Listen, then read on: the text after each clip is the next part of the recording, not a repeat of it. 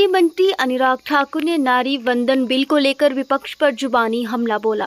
अनुराग ठाकुर ने शिमला में कहा कि मोदी सरकार ने इस बिल को दोनों सदनों में पास कर दिया है। देश महिला और संविधान विरोधी कांग्रेस के अनुसार नहीं बल्कि संविधान के अनुसार चलेगा।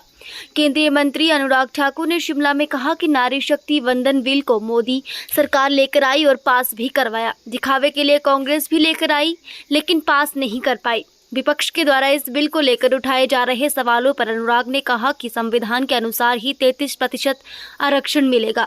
2024 के चुनावों के बाद डिलिमिटेशन कमीशन बैठेगा। इसे लागू करने के लिए संविधान में संस्थाएं हैं। देश राहुल गांधी की सोच से नहीं चलेगा। देश गांधी परिवार की पर्ची से नहीं बल्कि बाबा साहब अम्बेडकर के संविधान से ही चलेगा। कोई बैंक में तो कोई CRI में, सेंट्रल रिसर्च इंस्टीट्यूट, इसमें है।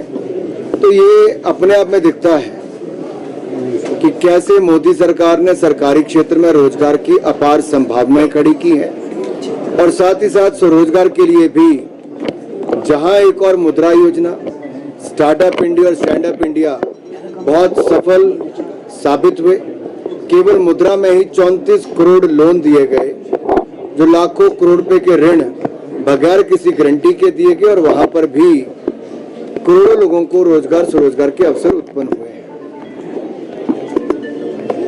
सर, जो महिला जो है में पारित नहीं हुआ है, इस तरह से देखते हैं आपकी लोकसभा या इंटेंशन क्लियर। देखिए, मैं आभार प्रकट करता हूं माननीय प्रधानमंत्री जी का, जिन्होंने साहस भी किया, संकल्प भी लिया और सिद्धि तक लेकर आए।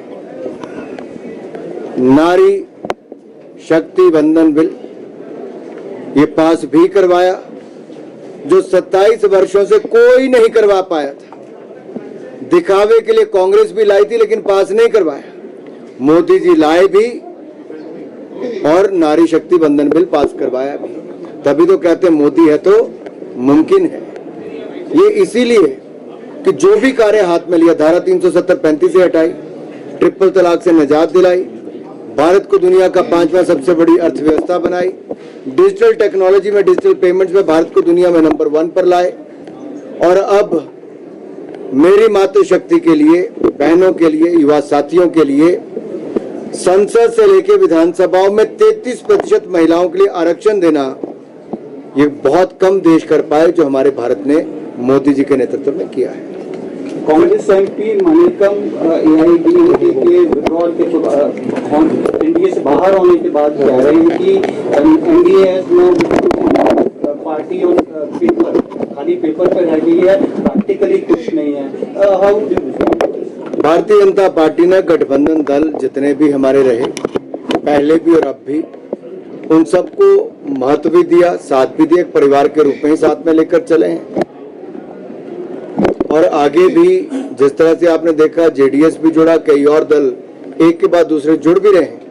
एनडीए का गठबंधन 2014 में भी मजबूत था, 2019 में भी, और दोनों बार पूर्ण बहुमत से सरकार बनाई, और 24 में भी एनडीए की सरकार नरेंद्र मोदी जी के नेतृत्व में ही बनेगी। सर, सुप्रीम सरकार के 10 महीने के कार्यकाल को किस तरह से आप देखते हैं? को आंकलन करना है, मीडिया उनकी जो खामियां हैं उनको लगातार निकालती है।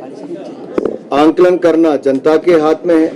मैं तो इतना ही कहूंगा, गारंटियां फेल होती दिख रही हैं। सर, अरुणाचल के 3 खिलाड़ियों को चीन के द्वारा वीजा नहीं दिया गया, आपका दौरा भी इसके बाद हो गया है चीन का, इस पूरे घटनाक्रम को कैसे देखते हैं? देखिए, जब ओलंपिक चार्टर के अनुसार वीजा मिलना चाहिए था और ओलंपिक कमेटी ऑफ एशिया का ये दायित्व भी बनता था, और चीन को भी भारत के किसी भी कोने से कोई भी खिलाड़ी जो भारत को रिप्रेजेंट कर रहा है उसको वीजा देना चाहिए था। लेकिन जो व्यवहार था वो अच्छा नहीं था, जो भेदभाव किया गया वो हमें मंजूर नहीं था, और इसीलिए मैंने एक बार फिर कहना चाहता हूं, अरुणाचल प्रदेश भारत का अभिन्न अंग है और रहेगा, और कोई जितना मर्जी प्रयास कर ले। कुछ लोगों ने आंखें तब भी दिखाने का प्रयास किया जब G20 की बैठक अरुणाचल प्रदेश में हो, लेह लद्दाख में हो या कश्मीर में हो, भारत न तब झुका था, न भारत अब झुका है। ना भारत तब रुका था, ना भारत अब रुकाएगा। भारत ने तब भी G20 को सफल बनाया और दिल्ली डिक्लेरेशन होना अपने आप में बहुत कुछ कहता है। अफ्रीकन यूनियन का हिस्सा बनना G20 का बहुत बड़ा संदेश है। इकोनॉमिक कॉरिडोर का भारत, यूएई, यूरोप की अपने आप में बहुत बड़ा संदेश है कि सिल्क रूट की तरह अगले हजारों सालों के लिए मोदी जी ने जो एक रोड मैप कर दिया है वो अपने आप में बहुत बड़ी ताकत है। बायोफ्यूल अलायंस, ये भारत के किसानों के लिए बहुत बड़ी ताकत है। भारत की ओवरऑल हित में और दुनिया के हित में एनवायरनमेंट को भी बचाएगा, किसानों की आमदन भी बढ़ाएगा और इकोनॉमिक कॉरिडोर के माध्यम से भी अगर आप देखेंगे तो भारत के ट्रेड को 35 से 40% वृद्धि मिलेगी। राहुल गांधी कास्ट सेंसस की मांग कर रहे हैं और कह रहे हैं कि वही ये मांग कर रहे हैं कि 2024 से इसको लागू कर दो, क्योंकि वो जानते हैं कि ना डिलिमिटेशन हुई है, ना सेंसस हुआ है, और अगर ऐसा करते हैं तो कोई भी कोर्ट चला जाएगा, कहीं स्टे मिल जाएगा और ये लोग फिर एक बार महिलाओं का अधिकार छीनना चाहेंगे। हम सच्चे मन से लाए हैं और पक्के मन से भी बिल लाए हैं। सच्चे मन से प्रस्ताव रखा भी, पक्के मन से पास भी करवाया, लेकिन ये लोग एक के बाद दूसरा ऐसा प्रयास कर रहे हैं। कांग्रेस के पहले जो गठबंधन दल थे, समाजवादी पार्टी, आरजेडी और अन्य दल, उन लोगों ने विरोध उस समय किया था, बिल फाड़ तक दिए थे। अब वही लोग जब खुले में विरोध नहीं कर पा रहे हैं तो कभी कहते हैं 2024 में लागू करवा दो, कभी कहते हैं ओबीसी को आरक्षण दे दो। क्या संविधान से ऊपर हो गए ये? क्या नियम प्रक्रिया को पालन नहीं करना चाहिए? और मैं आपसे एक सवाल पूछता हूं, कौन तय करेगा किस सीट को रिजर्व करना है? भारत सरकार नहीं कर सकती है, क्योंकि निष्पक्ष तरीके से करना चाहिए। आज हमारी सरकार है, मैं ये कह के नहीं कर सकता थी कि फलानी सीट को रिजर्व करना है। ये इलेक्शन कमीशन का, डिलिमिटेशन कमीशन का काम है।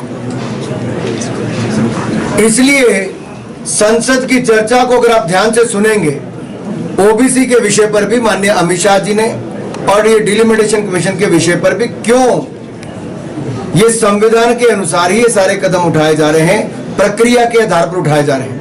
लेकिन जो लोग ध्यान भटकाने का काम कर रहे हैं वो महिला विरोधी काम कर रहे हैं।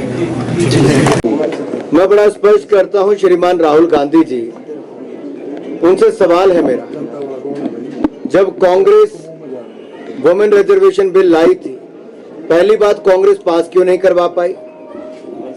दूसरी बात, क्या उस बिल में ओबीसी के लिए आरक्षण था?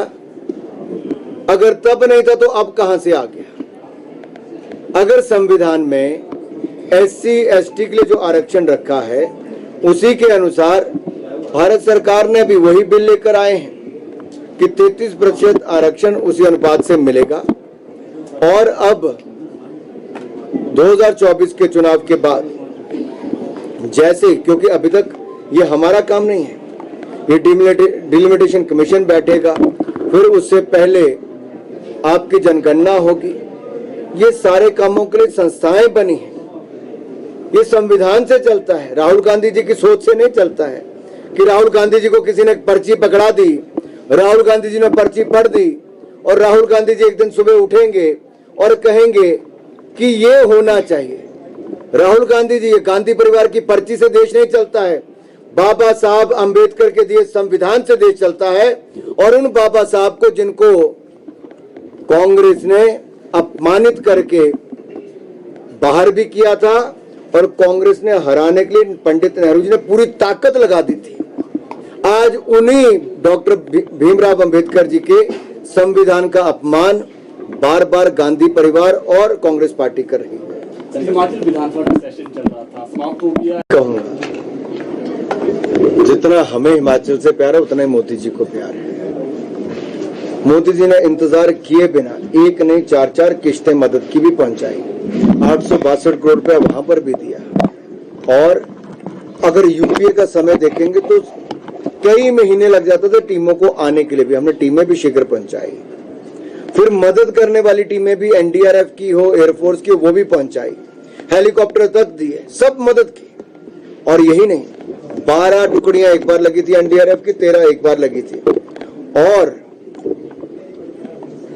5,000 घर पहले, 6,000 घर उसके बाद दे दिए। मनरेगा का पैसा जितना दिया है दिया जाए, सबको डंगे लगाने से लेकर रास्ते बनाने तक सारा पैसा भारत सरकार का है। क्या ये मदद नहीं है? 2700 करोड़ रुपए ग्रामीण सड़कें बनाने के लिए दिया, क्या ये मदद नहीं है? मैं एक बात पूछना चाहता हूं, जो अनुपात हिमाचल की सरकार को अपना भी लगाना चाहिए था, हिमाचल सरकार ने कितना लगाया? क्या आप में से किसी ने छापा है?